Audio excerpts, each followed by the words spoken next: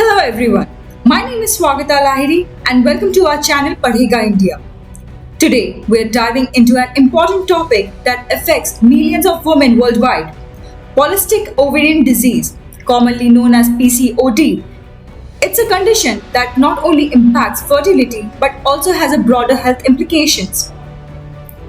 PCOD or polycystic ovarian disease is a hormonal imbalance disorder categorized by enlarged ovaries with small cysts on the outer edge. These cysts can disturb the regularity of the menstrual cycle and affect ovulation, leading to fertility issues. In PCOD, male hormones can dominate over female hormones, causing symptoms like irregular periods, excessive facial and body hair, weight gain, acne, and even issues like headaches and body aches. Now, let us understand the causes and risk factors of PCOD. PCOD is multifactorial, meaning it's influenced by a combination of genetic predisposition, hormonal imbalances, lifestyle choices such as diet and exercise, environmental factors, and other health conditions. Research suggests that healthy lifestyle choices can significantly contribute to its onset and severity. Few symptoms of PCOD include irregular periods, excessive body hair, particularly on the chest, stomach, and back, weight gain around the abdomen, acne or oily skin, and various discomforts like headaches and frequent urination. PCOD is diagnosed through ultrasound and blood test.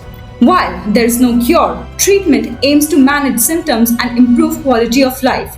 For women planning pregnancy, adjustments in diet, exercise, and medications to induce ovulation can be recommended. Birth control pills are also used to regulate menstrual cycle in non-pregnancy scenarios. Complications in PCOD increase the risk of developing type 2 diabetes, high blood pressure, and certain heart conditions.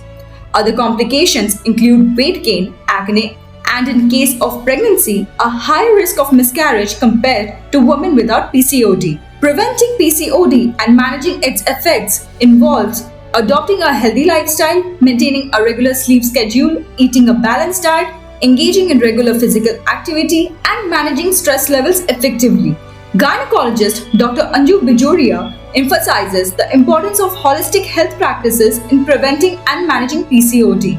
By making informed choices about diet, exercise, and stress management, women can significantly reduce the impact of PCOD in their lives.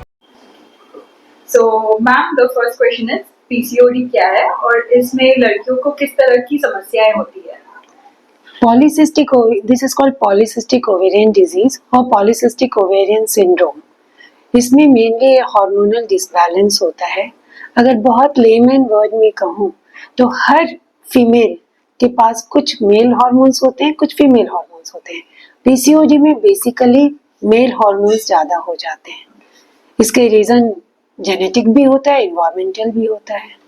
And आज के जो हम देख रहे हैं, mainly 1 in 10 ladies or girls, you can say adolescent girls, they are suffering from PCOS. तो इसका कोई स्पेसिफिक कारण होता है या सिर्फ ये जेनेटिक रिलेटेड ही है? नहीं, ये जेनेटिक भी देखा जा रहा है और इन्वायरमेंटल भी देखा जा रहा है. बिकॉज आपने जरूर सुना होगा कि हम कहते हैं लाइफ स्टाइल मैनेज करो, तो इन्वायरमेंट से तो फर्क पड़ता ही है कि what is your life style, इससे बहुत ज्यादा फर्क पड़ता है. लेकिन ये भी देखा जा रहा है कि जिसकी मदर पीसीओडी है तो गर्ल्स में भी आ रहा है, उनके डॉटर्स में आ रहा है. फिर पीसीओडी को आजकल हम लोग मेटाबॉलिक डिसऑर्डर में रख रहे हैं. This is very much related with diabetes and hypertension. तो इसीलिए ये सब भी जेनेटिक एक्सपोजर होते हैं. तो डायबिटीज से ही आते हैं या पीसीओडी आने के बाद डायबिटीज होने के चांसेस हैं? This is a very good question because PCOD occurs in an early age group. Okay, so metabolic disorder is a spectrum.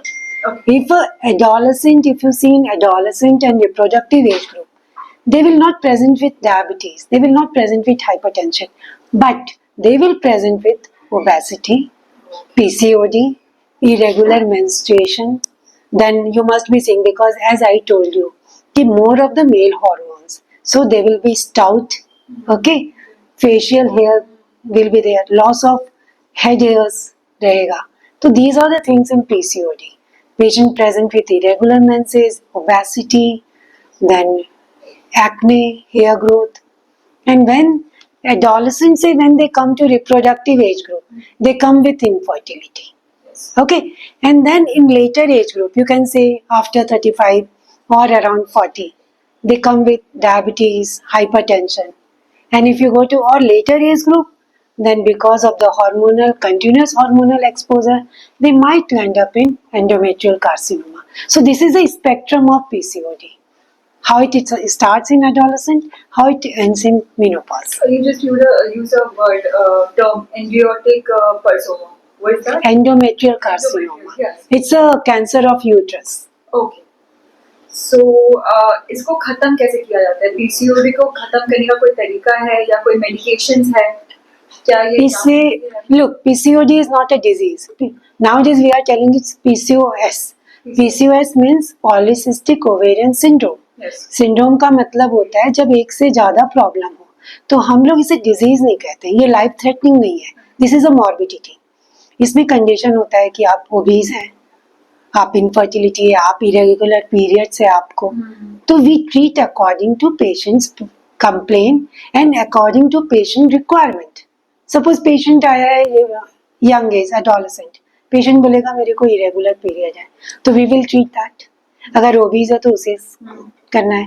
Reproductive age group में है इनफर्टिलिटी, तो we have to treat that. So according to patient needs.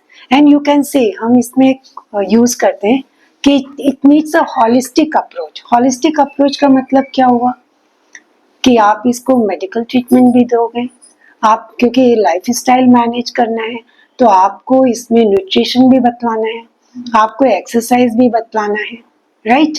And then cosmetic का role भी इसमें बहुत ज़्यादा है. I can tell you, मतलब मैं एक हफ्ते पहले मेरे पास एक पेशेंट आई थी जिसे मैं पहचान नहीं पाई.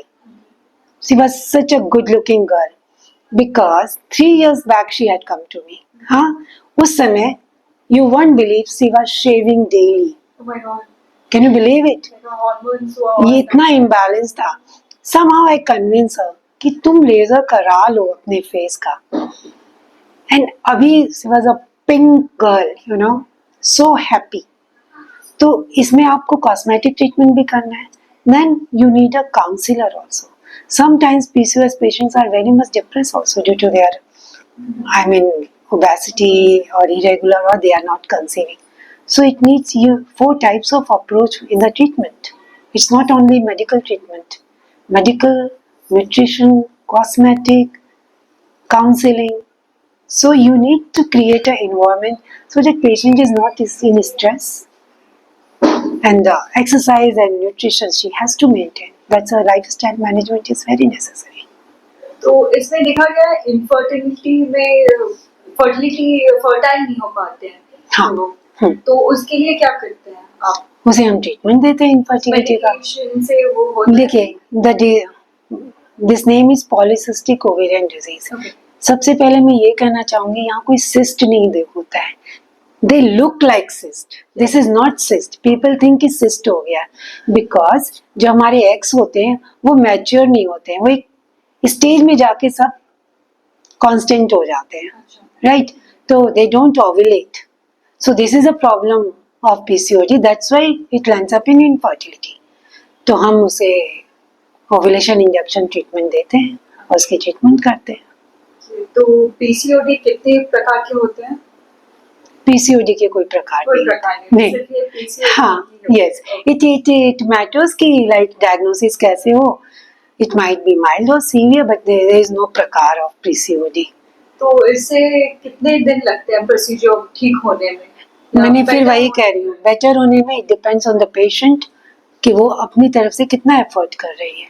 As I told you कि लाइफ स्टाइल मैनेजमेंट, जिसमें हम कहते हैं टाइम से खाओ, टाइम से एक्सरसाइज करो, रात को टाइम से सो, जो आजकल के बच्चे नहीं करते. ये बहुत जरूरी है बिकॉज पूरा हार्मोनल डिसबैलेंस होता है. तो आपको वेट गेन नहीं होना चाहिए. आपको मैं कहती हूँ देसी खाना खाओ, टाइम से खाओ. दैट्स अमीन. अभी बहुत लड़कियों ने स्मोकिंग एंड ड्रिंकिंग भी स्टार्ट किया है, तो ये भी उसमें इफेक्ट करता है. ये एकदम करता है. क्या पीसीओडी है तो वो जिसमें भी पीसीओडी है क्या वो माँ बन सकती है? एकदम बन सकती है। क्या सेक्सुअल लाइफ में कोई इफेक्ट होता है? नहीं, सेक्सुअल लाइफ में एज सच कोई इफेक्ट नहीं होता है। अगर वो माँ भी बनती है तो उनका स्ट्रगल क्या रहता है? देखो, एक तो पीसीओडी में प्रेगनेंसी आने में मुश्किल होती है। दूसरी चीज क्या होती है, पीसीओडी में हार्मोनल डिसबैलेंस होते हैं। तो हम क्या कहते हैं, जो एग्स होते हैं उनकी क्वालिटी बहुत अच्छी नहीं होती है, जी। तो चांसेस ऑफ एबॉर्शन बहुत ज्यादा होते हैं उनमें। अब अगर पेशेंट कंटिन्यू कर रहा है pregnancy, because PCOD patients are obese, they are prone for diabetes, they are prone for hypertension, so इनकी प्रेगनेंसी में ये प्रॉब्लम्स आ सकते हैं कि during pregnancy that manifestation of diabetes and hypertension में occur during pregnancy. And miscarriage के chances क्या होते हैं? ज्यादा होते हैं as compare to normal pregnancy. PCOD में क्या परहेज नहीं करना चाहिए? लाइक क्या डिफरेंशिएट नहीं करना चाहिए? I didn't get your question. Question literally your question परहेज परहेज क्या करना चाहिए? क्या करना चाहिए? कुछ ऐसी चीजों से दूर रहना रहना चाहिए मतलब कुछ अवॉइड करना और उसको बढ़ा सके हाँ, या already बोल चुकी वो तो मैं बोल ही चुकी हूँ कि लाइफ स्टाइल में स्ट्रेस नहीं लेना चाहिए। कोई भी चीज जो ओबेसिटी को इंक्रीज करता है, स्ट्रेस बढ़ाता है, they have to avoid that. लेकिन मैं ये बहुत इम्पोर्टेंट है कि हम लोग कैसे जानेंगे कि एक इंसान को, एक महिला को पीसीओडी है, उसके क्या सिम्टम्स होते हैं? पीसीओडी के 3-4 चीजें होती हैं। फर्स्ट तो patient will come with irregular period, उसके मासिक नियमित नहीं होते हैं। दूसरी चीज हम इसे फिनोटाइप कहते हैं, पेशेंट थोड़ी ओबीज होती है, फेशियल हेयर ग्रोथ होता है। मैंने बोला कि एंड्रोजन ज्यादा है तो स्टाउट बॉडी स्ट्रक्चर होता है। और डायग्नोसिस भी सिर्फ हम एक चीज से नहीं कर सकते, इसके पेशेंट की कंप्लेन क्या है वो देखना होता है। हम देख के पेशेंट को इस स्ट्रक्चर, फेशियल हेयर, एक्ने, ये सब देख के पता चलता है किसी इज अ पीसीओडी। दूसरा है कि हमें उसकी अल्ट्रासाउंड से पता चलता है। तीसरी चीज उसके हम लोग इन्वेस्टिगेशन कराते हैं तो हार्मोनल डिसबैलेंस भी पता चलता है। तो ये 3-4 चीजें, और पेशेंट के पीरियड्स कितने इरेगुलर हैं उससे भी हमें ये पता चलता है कि इसको कितना ट्रीटमेंट जरूरत होगा। और ये किस एज से स्टार्ट हो सकता है पीसीओडी के सिम्टम्स? लुक, एक मैं मैसेज देना चाहूंगी कि आजकल पीसीओडी कुछ ओवर डायग्नोस भी हो रही है। Unless until patient is 18 years of age, we don't say PCOD, क्योंकि irregular period और PCOM हम कहते हैं अल्ट्रासाउंड में, पॉलीसिस्टिक ओवेरियन मॉर्फोलॉजी, राइट, वो यंग गर्ल्स में रहती हैं। तो हम वो कहते हैं पेरेंट्स को she might be, but we don't diagnose at the age of 14 और 15 PCOS, जो आजकल बहुत ज्यादा हो रहा है। बट मैं ये मैसेज देना चाहूंगी कि we can say कि she is prone for that according to family history, according to her health and thing, but we don't diagnose before 18 किसी is PCOS. If people are diagnosing, it's a over diagnosing thing. So मैं ये message देना चाहूंगी। Last कुछ tips कि कैसे हम लोग खुद को हेल्दी रख सकते हैं पीसीओडी, या अपने लाइफस्टाइल को कैसे सुधार सकते हैं? इसमें मैं यही कहना चाहूंगी कि जो हमारा इंडियन स्टाइल है, टाइम से खाना, टाइम से सोना, टाइम से पढ़ना। अभी हम क्या कह रहे हैं, सनलाइट में हम सो रहे हैं और मूनलाइट में हम जग रहे हैं। That is not advisable.